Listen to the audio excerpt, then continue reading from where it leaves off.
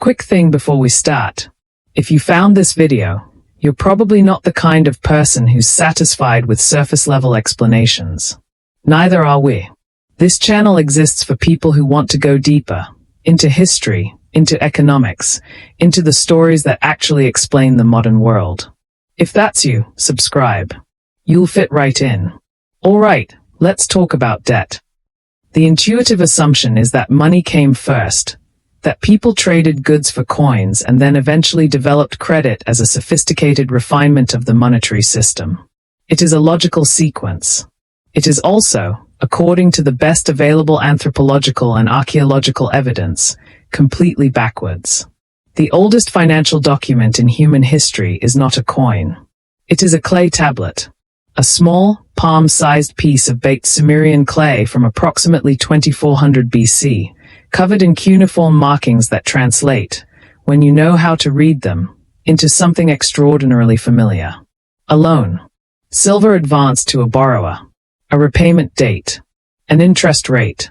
The names of witnesses. The entire architecture of a modern loan agreement, compressed into a piece of clay that has survived 5,000 years in the soil of what is now southern Iraq. The people who made that tablet were not primitive. They were the administrators of the most sophisticated economic system the ancient world had yet produced, the temple economies of Mesopotamia, where the great religious institutions of Sumerian civilization functioned simultaneously as granaries, redistributive centers, employers, and banks. The temples received agricultural surplus from the surrounding farmland, stored it, redistributed it to workers and dependent populations, and advanced it as credit to farmers who needed seed grain before the harvest and merchants who needed capital before the trading season. The interest they charged was not usury in the modern pejorative sense. It was a sophisticated mechanism for managing the risk and the time value of resources advanced in the present against returns expected in the future. What is most striking about those earliest loan tablets is not that they existed but what their existence required. They required writing. The complexity of tracking who had borrowed what from whom, at what rate, due for repayment when, with what collateral, witnessed by whom, exceeded the capacity of human memory to manage reliably. And it is the argument of the anthropologist David Graeber, whose 2011 book Debt, The First 5,000 Years drew on decades of cross-cultural research to make the case that debt relationships preceded coinage not just in Mesopotamia but across the earliest complex societies of the ancient world. That the need to track obligations, to record debts, to create durable evidence of who owed what to whom, was one of the primary drivers of the development of written record-keeping itself. Money, in this reading, did not create debt. Debt created the conditions that made money useful. The coin arrived later, as a convenient technology for settling obligations that the complex web of credit relationships had already created. The market did not produce debt. Debt produced the market. This matters because it changes the fundamental story of how the modern financial system came to exist. The standard account begins with barter, progresses to commodity money, develops coinage, and eventually arrives at credit and banking as sophisticated refinements of the monetary system. The historical evidence suggests a different sequence. Obligation first. Record keeping to track obligation. Eventually coinage as a convenient settlement mechanism for obligations that had already been accumulating for centuries. And throughout the entire sequence, from the Sumerian clay tablet to the modern mortgage, the same essential relationship. Someone has something now that someone else needs. The someone who has it advances it. The someone who receives it promises to return it with something extra. And the question of what happens when the promise cannot be kept is the question that every society that has ever used debt has had to answer, usually badly, occasionally brilliantly, and always with consequences that extend far beyond the two parties to the original transaction. The history of debt is, in large part, the history of that question. What happens when the debts cannot be paid? Ancient Mesopotamia answered it with a mechanism so radical that modern economists find it almost incomprehensible. Debt cancellation. The clean slate. At irregular intervals, when the accumulation of private debt had reached a level that was visibly destabilizing the social fabric, The king would issue a royal decree cancelling all outstanding consumer debts. Not commercial debts between merchants. Not debts owed to the palace or the temple. But the debts that ordinary farmers had accumulated to money lenders, debts that were in the process of converting free agricultural producers into debt bondage and concentrating land ownership in the hands of creditors in ways that threatened the tax base and the military recruiting pool that the palace depended on. The clean slate was not charity. It was statecraft. The kings of Babylon understood that a society in which the majority of the productive population had been reduced to debt bondage was a society that could not function as a military or economic power. The debt cancellations of ancient Mesopotamia were acts of political self-preservation dressed in the language of divine justice. And they worked, in the specific sense that they periodically reset the social conditions that accumulating debt was distorting, allowing the agricultural economy to function without the dead weight of unpayable obligations crushing its productive capacity. The ancient Greeks engaged with the same problem and produced a different answer. Athens in the early 6th century BC was in the grip of a debt crisis whose social consequences were indistinguishable from the Mesopotamian situations that had produced royal clean slates. Small farmers had borrowed against their land and their persons and had been unable to repay. The hectomortgage system, under which farmers worked their land as tenants of their creditors in exchange for a sixth of the produce, had effectively converted large portions of the Athenian agricultural population into debt servants. When the debt could not be managed even on these terms, the ultimate sanction was debt slavery. Athenian citizens were being sold into slavery to foreign buyers to settle obligations they could not pay. The man Athens chose to address this crisis was Solon, appointed archon in 594 BC with a mandate to reform the laws and prevent the social collapse that the debt crisis was producing. Solon's solution was the Sysaktheia, the shaking off of burdens. He cancelled all outstanding agricultural debts. He abolished debt slavery for Athenian citizens permanently. He recalled and freed those who had already been sold into slavery abroad. And he reformed the legal framework governing debt to prevent the conditions that had produced the crisis from simply reconstituting themselves after the immediate relief had been absorbed. The Sysaktheia made Solon simultaneously the most celebrated and most criticized man in Athens. The creditors whose claims he had cancelled were furious. The debtors he had freed were grateful but disappointed that he had not gone further and redistributed the land as well as cancelling the debts. Solon responded to both sides with the specific equanimity of a man who understood that he had done what was necessary rather than what anyone wanted. He left Athens for 10 years after implementing his reforms, partly to allow the new legal framework to settle without his presence as a target for the grievances of both sides, and partly because 10 years of absence from a city he had just reformed was a reasonable precaution for a man who had made powerful enemies on every side of the debate. The Roman approach to debt and its consequences was the most elaborately legalized of the ancient world and ultimately the most revealing of the structural tensions that debt creates in any society that takes property rights seriously. Roman law developed an extraordinarily sophisticated framework for commercial credit, with enforceable contracts, detailed provisions for collateral and security, and a well-developed law of bankruptcy that allowed commercial failures to be managed in an orderly way. It was a system designed by and for the commercial and propertied classes whose transactions it governed, and it served their interests with considerable efficiency. For the non-commercial classes, the small farmers and artisans who borrowed not to finance trade but to survive crop failures and family emergencies, the Roman debt law was less beneficent.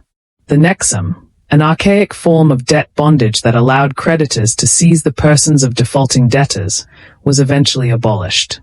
But the practical consequences of debt default for ordinary Romans remained severe throughout the Republican period and contributed to the recurring social crises, the conflict of the orders, the Gracchi reforms, the social war, that punctuated Roman history and that were at their root conflicts over the distribution of land and the consequences of debt in an agricultural economy where the distance between small farmer and landless laborer was the distance between one bad harvest and an unpayable debt.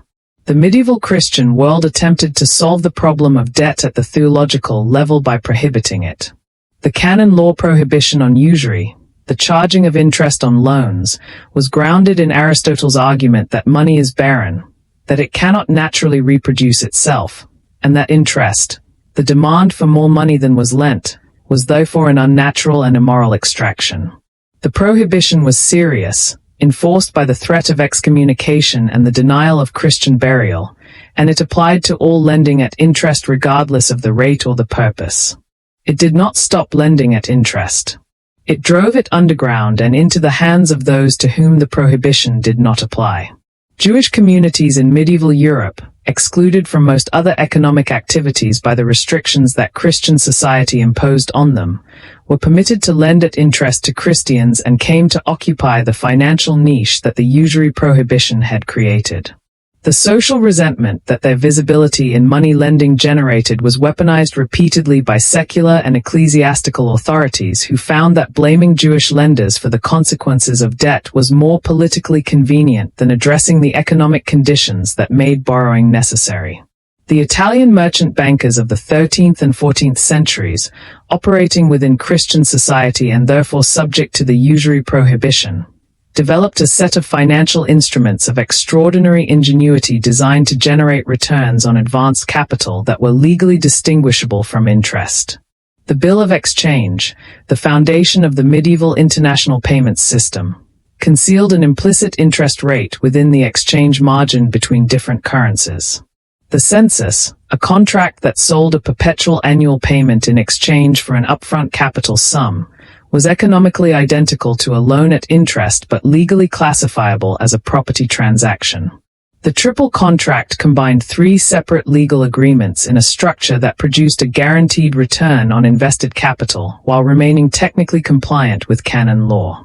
The ingenuity was extraordinary. The motivation was profit.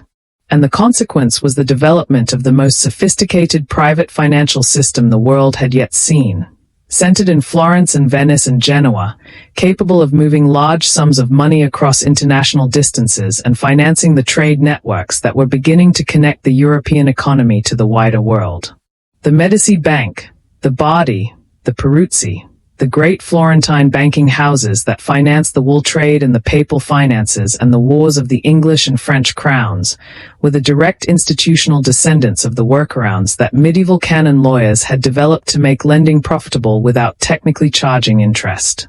When the English crown defaulted on its debts to the Bardi and Peruzzi in the 1340s, the resulting bank failures contributed to the financial crisis that preceded the Black Death.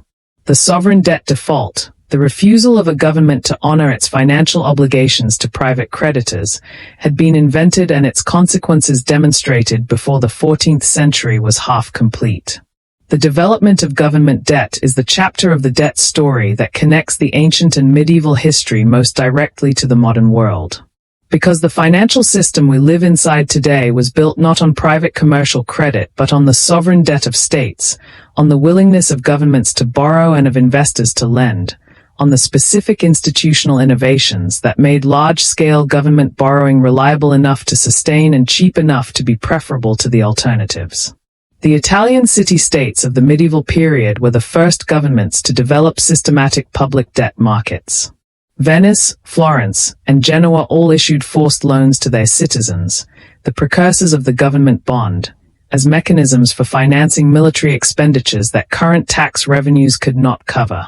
The Venetian system, the most sophisticated, allowed the holders of these forced loan certificates to trade them in a secondary market, creating the first liquid market in government debt and establishing the institutional precedent for the bond market that would eventually become the backbone of the modern financial system.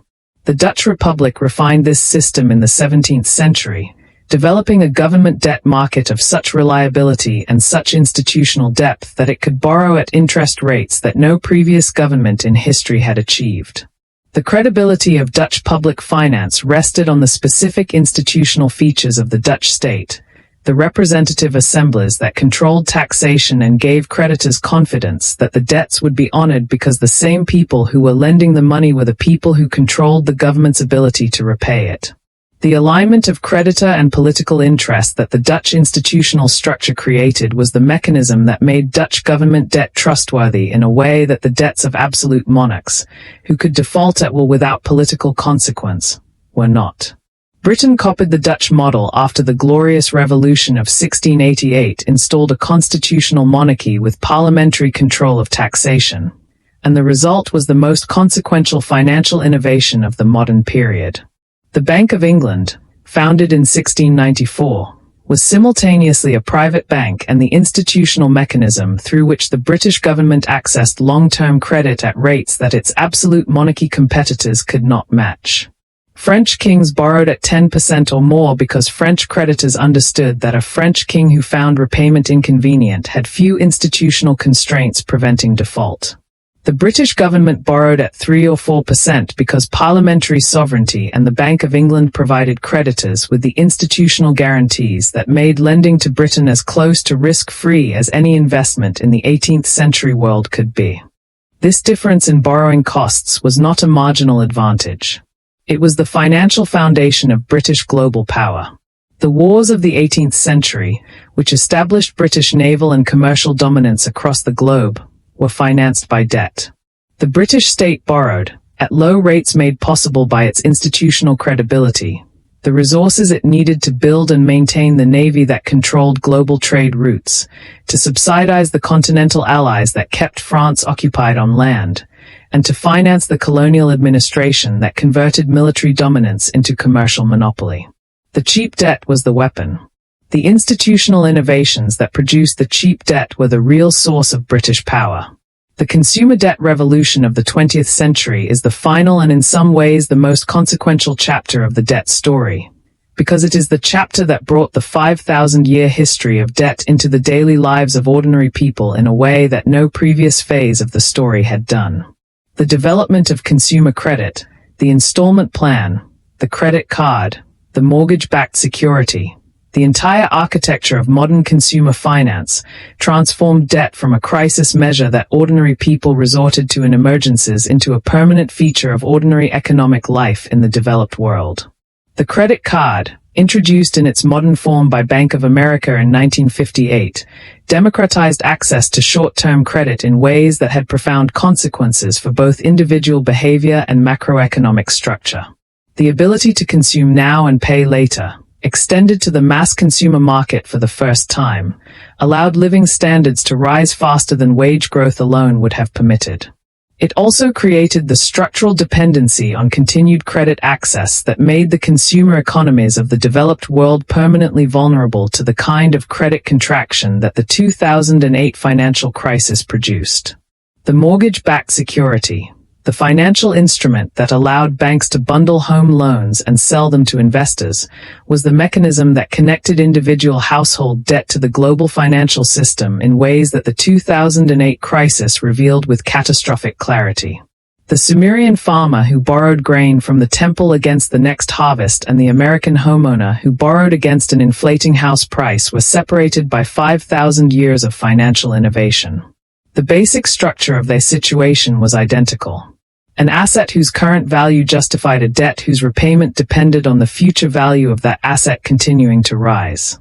When the asset value fell, the debt became unpayable. And when enough individual unpayable debts were connected through the financial system to enough institutional investors, the consequences spread far beyond the original borrower and the original lender into the entire interconnected web of modern finance. The clay tablet from 2400 BC and the collateralized debt obligation of 2007 are the same instrument. 5,000 years apart. Exponentially more complex in their mechanics and their systemic connections. Identical in their fundamental logic and identical in the consequences of their failure. Debt is the oldest financial technology in human history. It has financed the construction of civilizations and the destruction of them. It has lifted people out of poverty and driven them into bondage. It has funded the wars that remade the political map of the world and the investments that built the infrastructure those wars were fought over. It has been prohibited by religion, regulated by law, cancelled by kings, and securitized by banks. And through all of it, across 5,000 years of human economic life, it has remained exactly what the Sumerian temple accountants made it on that first clay tablet. A promise, advanced against the future, carrying within it, always, the question of what happens when the future does not deliver what the promise assumed it would. That question has never been answered finally. It has only been answered repeatedly. And the answer, across 5,000 years, has always eventually been the same. The debt that cannot be paid will not be paid. The only remaining question is who absorbs the loss. And the answer to that question, in every society and every era that has faced it, has been determined not by economics but by power. That was true in Babylon. It was true in Athens. It was true in Rome. It was true in 2008. And it will be true the next time the question is asked, which will be sooner than anyone currently expects and later than anyone currently fears.